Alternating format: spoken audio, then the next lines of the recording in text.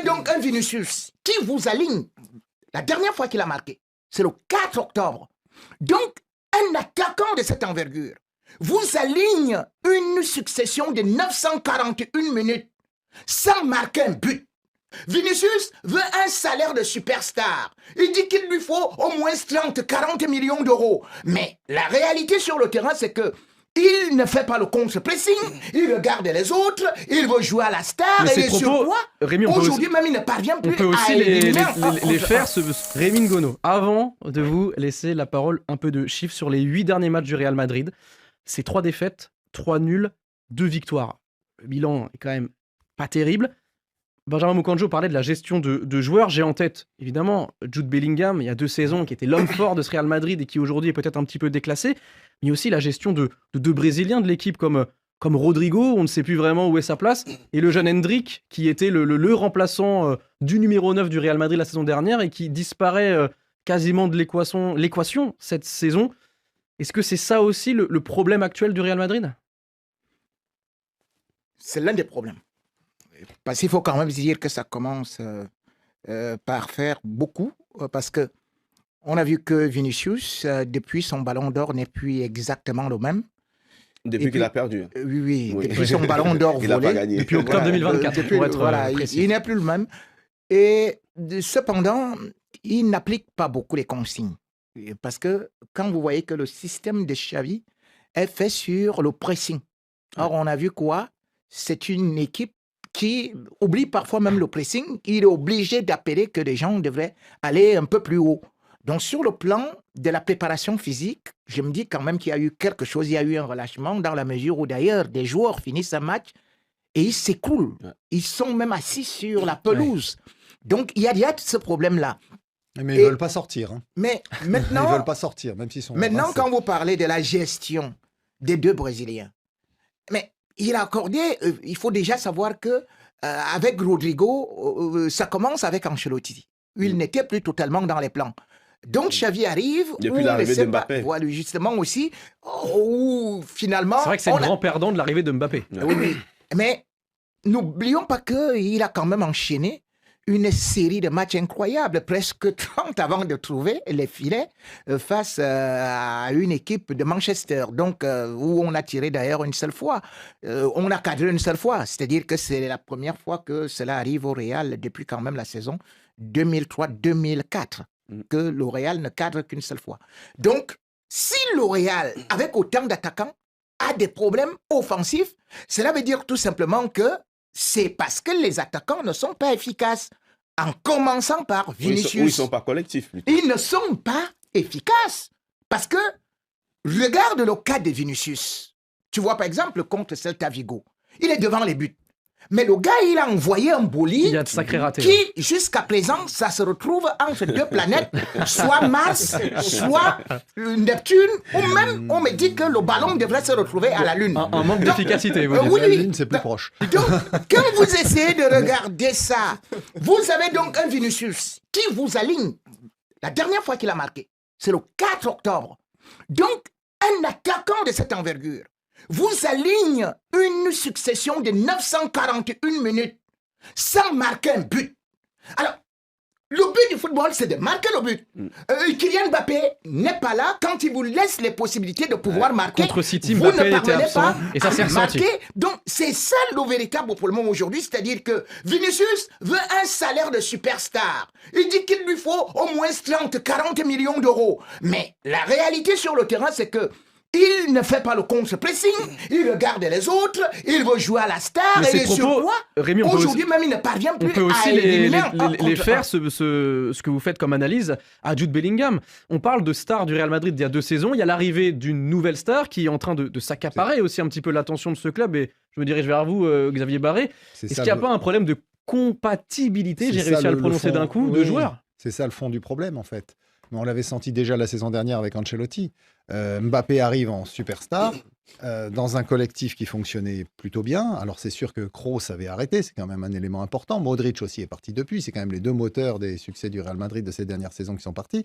Et puis vous mettez Mbappé par-dessus en disant à Vinicius et aux autres, maintenant c'est Mbappé le patron. Mais est-ce que ça a été forcément. dit? Est-ce que Moi, je selon pense vous, pas. ça, voilà, c'est Si, ça si, qui est Je là pense le pas que problème. ça a été dit. Est-ce qu'il n'y a hein. pas des Ça non-dits? n'a pas été dit de cette façon-là, Voilà. mais on sait très bien que le choix de Florentino Pérez a été très clair. Peut-être pas pour Vinicius Junior et Jude Bellingham. En tout cas, il a fait passer le message auprès du coach et on a vu que Xabi Alonso a fait ses choix. Ce qui est le plus étonnant dans cette affaire, c'est que Xabi Alonso, qui avait construit un Bayer Leverkusen qui n'était pas dépendant d'un buteur, souvenez-vous, il y avait Patrick Schick, le Tchèque, Complètement, et ouais. Victor Bien Boniface, le sûr. Nigérian. Donc, si un était blessé, d'ailleurs, ils se sont relayés, ça Il fonctionnait y avait quand aussi même. un formidable Et- meneur de jeu qui était Florian Wirtz. Absolument. Mais là, au Real Madrid, où il y a quand même pas mal de bons Bien joueurs, sûr. eh bien, Des grands Mbappé est absent.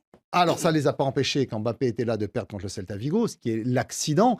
Mais là, contre Manchester City, Mbappé est absent. On se dit, ah bah tiens, on va voir ce dont est capable Vinicius, on va voir ce dont est capable Rodrigo. Il a marqué, ça fait 9 mois qu'il n'avait pas, enfin non, 6 mois qu'il n'avait pas marqué. Gros début de match du Real. Et ensuite, Oui. c'est là que ça s'est. Et ça s'est un derrière, peu plus derrière gâté, ouais. effectivement, ils ne sont pas au rendez-vous et ils perdent à la maison. Les deux, hein. Donc, ce qui est très inquiétant, il y avait un très bon édito dans le Marca d'aujourd'hui d'un des habituels suiveurs du Real qui disait OK, un jour, de toute façon, Xabi Alonso va sauter.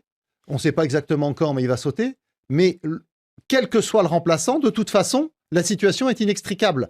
Pour que Marca, qui est un journal qui est Oui. plutôt proche du Real, écrive ça, ça veut dire que la situation est vraiment... Je vais avancer, vous parlez d'édito. Il y a eu un entretien fait par nos confrères de l'équipe d'un certain Karim Benzema, qui a rappel de bons souvenirs à Rémi Ngono, légende du Real Madrid.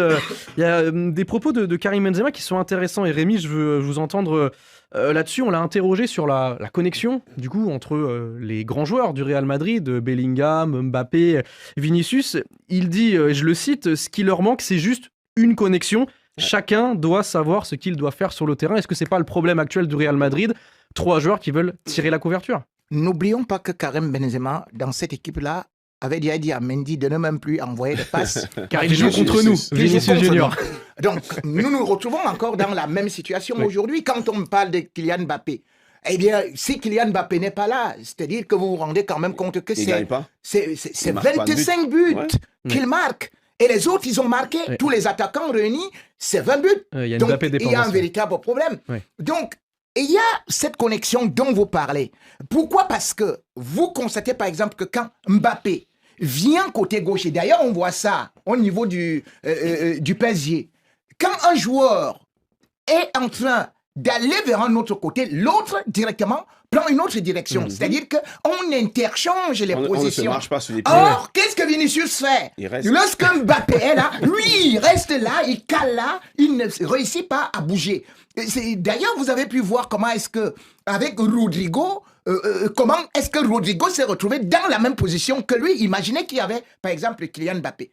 Mais pourquoi ce serait pas à Mbappé un petit peu aussi de s'adapter parce que là, je- vous parlez de Vinicius qui doit s'adapter.